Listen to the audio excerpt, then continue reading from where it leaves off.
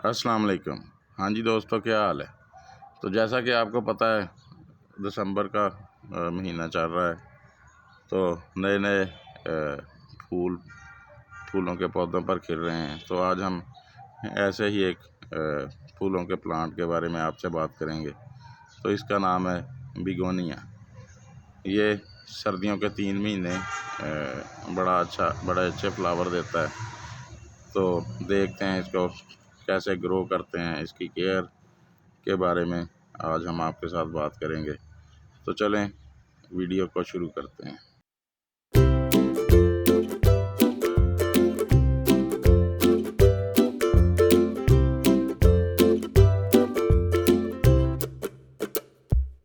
मेरे पास 3 कलर के बेगोनिया के प्लांट हैं।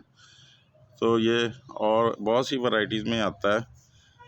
एक इसकी और वैरायटी होती है, उसके पत्ते बड़े होते हैं, वो पत्ते प्रोमिनेंट होते हैं और उसके फूल छोटे छोटे होते हैं। ये जो है, ये वाला, इसके फूल भी प्रोमिनेंट हैं और पत्ते भी प्रोमिनेंट हैं। तो पहले देखते हैं इसको ग्रो कैसे करते हैं। तो इसको या तो इसकी 2-3 इंच की टहनी ले लें, उसको 1.5 इंच पत्ता वगैरह काट के तो उसको गमले में, छोटे से गमले में दबा दें 1.5 इंच नीचे करके। तो इस तरह से उसकी टहनी ग्रो कर जाती है। तो दूसरा, ये पत्ते से भी ग्रो कर जाता है। जैसे ये पत्ता, एक पत्ता है, मैंने 2 हिस्सों में काटा हुआ है। तो इसको जिस साइड से काटा है उस साइड से आप गमले के अंदर रख दें, थोड़ा सा आधा इसको नीचे दबा दें। तो इस तरह से भी ये पत्ता स्प्राउट कर जाता है और फिर आपका ये बेगोनिया का प्लांट बन जाता है। लेकिन अभी इसका मौसम नहीं है। ये आप बरसात के मौसम में, यानी अगस्त सितंबर या जुलाई में अगर टेम्परेचर थोड़ा कम हो जाए तो उस वक़्त आप इसको लगा सकते हैं। तो ये अच्छा ग्रो कर जाता है और दिसंबर तक ये फ्लावरिंग पे आ जाता है। तो इस तरह से इसको ग्रो किया जाता है। तो अब बात कर लेते हैं कि इसको पानी की कितनी ज़रूरत होती है। ज़्यादातर देखा गया है कि ये पौधा ज़्यादा पानी की देने की वजह से ही मर जाता है या ख़राब हो जाता है। तो इसको पानी की बहुत ज़्यादा ज़रूरत नहीं होती, इसको बहुत कम मक़दार में पानी चाहिए। तो पानी आपने इसको उस वक़्त ही देना है जब इसकी मिट्टी अच्छी तरह से खुश्क हो जाए, तो तब इसको पानी दें।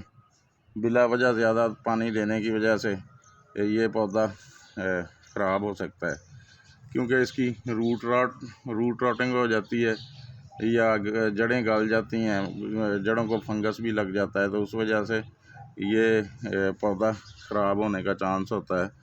और अगर एक दफ़ा ये इसको फंगस वगैरह लग जाए तो फिर ये रिकवर नहीं करता।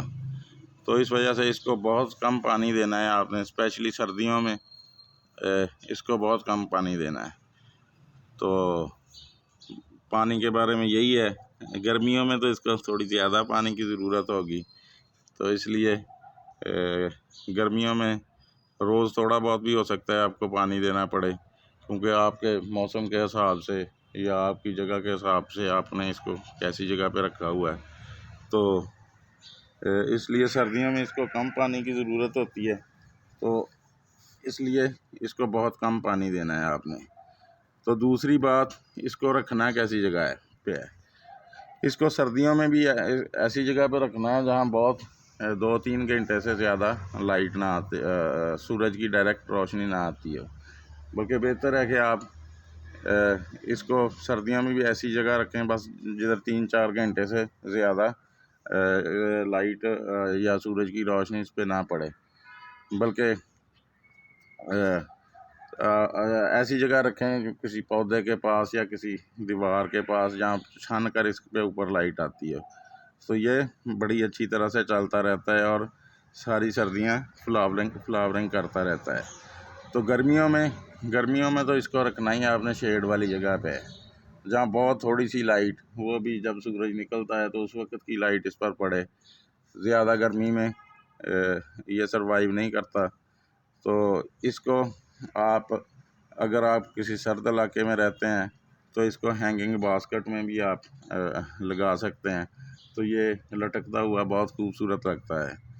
ज़्यादा गर्मी वाले इलाके में आप ऐसा नहीं कर सकते, तो इसको गर्मियों में वैसे भी अगर आपके पास कुछ ज़्यादा 15-20 मतलब गमले हैं, उसमें पौधे लगे हुए हैं, कोई फलदार, कोई फूलदार, कुछ सब्जियों के पौधे हैं, तो इसको उनके दरमियान में रखें तो ये बहुत खुश रहता है। उधर से इसको नमी वगैरह मिलती रहती है, तो इसकी ग्रोथ चलती रहती है। अगर इसको आप गर्मियों में 3 घंटे भी मसलन आप डायरेक्ट सनलाइट में रखेंगे तो ये पौधा ख़राब हो जाएगा, क्योंकि ये ज़्यादा गर्मी बर्दाश्त नहीं करता। ये ठंडक में खुश रहता है और ठंडक में इसकी ग्रोथ अच्छी चलती रहती है। और ये अगर आप किसी सर्द इलाके में रहते हैं तो जहाँ टेम्परेचर 20-25 डिग्री सपोज रहता है गर्मियों में, या 30 तक भी रहता है, तो ये बड़ी अच्छी ग्रोथ करता रहता है और गर्मियों में भी इस पर फ्लावरिंग होती रहती है। तो ज़्यादा गर्मी में अगर है तो वो इसकी फ्लावरिंग बहुत कम हो जाती है। तो इसलिए जितनी आप अफोर्ड कर सकते हैं, या जितनी आपके घर में या आपके लॉन में ठंडी जगह है, आप इसको उधर रखें तो ये बड़ा अच्छा चलता रहता है। तो अब बात कर लेते हैं इसकी साइल की। तो इसको जब आपने रीपॉट करना है या लगाना है तो इसके लिए अच्छी सॉफ्ट मिट्टी तैयार करें, वेल ड्रेन मिट्टी तैयार करें जिसमें पानी खड़ा ना होता हो, और मिट्टी नरम भी होनी चाहिए, क्योंकि इसकी जड़ें बड़ी नरम नाजुक होती हैं, तो उनको ग्रोथ करने में आसानी रहे। जितनी जल्दी वो जड़ें बड़ी होंगी नीचे से, उतना बड़ा आपका पौधा होगा। इसकी हाइट 12 इंच तक चली जाती है, यानी 1 फुट तक। तो इसलिए इसके लिए अच्छी सॉफ्ट वेल ड्रेन और फर्टाइल मिट्टी तैयार करें। जब मिट्टी तैयार करें उसमें आप दो दो हिस्से गार्डन सॉइल ले लें या बाल मिट्टी ले लें। एक हिस्सा उसमें अपना रेत ऐड कर लें। रेत अगर आपके पास नहीं है तो इसके अंदर कोकोपीट ऐड कर लें। अगर रेत की जगह आप कोकोपीट ऐड करते हैं तो वो वो ज़्यादा बेहतर रहेगी, क्योंकि उसमें थोड़ी वाटर होल्डिंग की कैपेसिटी ज़्यादा होती है। तो ये जो भी चीज़ आपके पास अवेलेबल हो, रेत हो या कोकोपीट हो, आप इसे उसमें लगा सकते हैं। तो एक हिस्सा आप उसमें वर्मी कंपोज या अपना गोबर की खाद, दोनों में से एक हिस्सा वो ले लें, उसका सॉइल मीडिया तैयार कर लें और इस पौधे को उस पर लगा दें। तो ये इसकी ग्रोथ बड़ी अच्छी चलती रहेगी। जब आपको इसको रीपॉट करें या लगाएं दूसरे गमले में, तो इसको एक दफ़ा अच्छी तरह से पानी दे दें ताकि वो नीचे तक, इसकी जड़ों तक पानी चला जाए।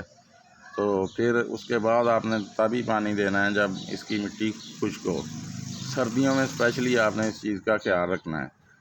तो इस पौधे को कोई बहुत ज़्यादा बड़े पॉट की ज़रूरत नहीं होती।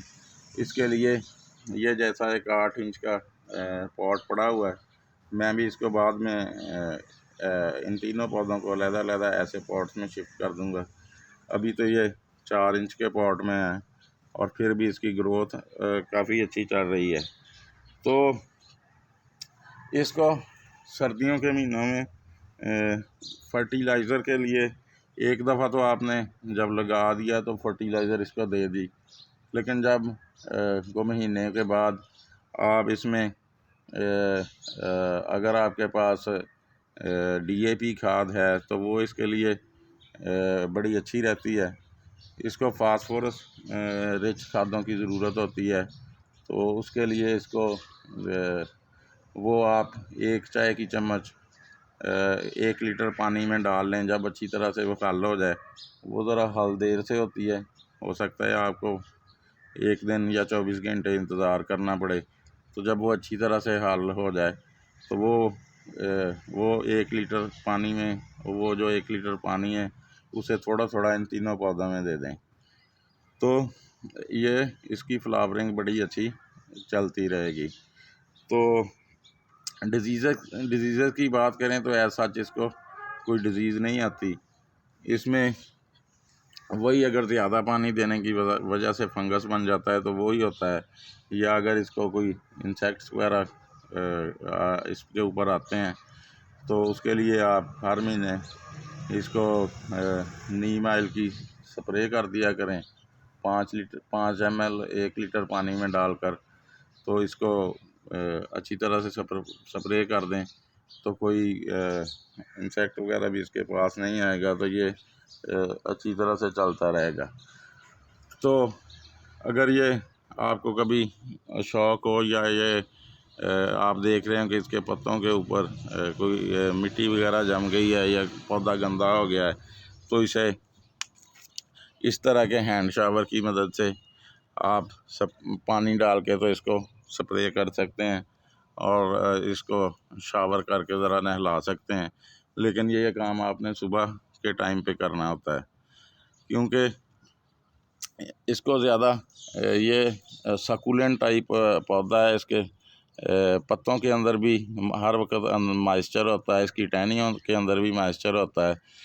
सुबह के टाइम इसको इसलिए करना है ताकि शाम तक सारा पानी वगैरह इसके पत्तों से सूख जाए और इसको फंगस वगैरह से ये पौधा बचा रहे। तो इसको बार बार रिपोर्टिंग की भी ज़रूरत नहीं होती, सिर्फ़ एक दफ़ा आप इसको ऐसे 8 इंच के गमले में लगा दें तो इसके लिए काफ़ी होता है। तो चलें जी, आज के लिए इतना ही। अगर आपको इसके बारे में कोई बात रह गई हो या आप ने कोई बात पूछनी है तो कमेंट में पूछ सकते हैं। हमारे चैनल को सब्सक्राइब करें, वीडियो को लाइक एंड शेयर करें। फिर किसी नई वीडियो में किसी नए टॉपिक पे आपसे बात होगी। ओके जी, अल्लाह हाफिज़।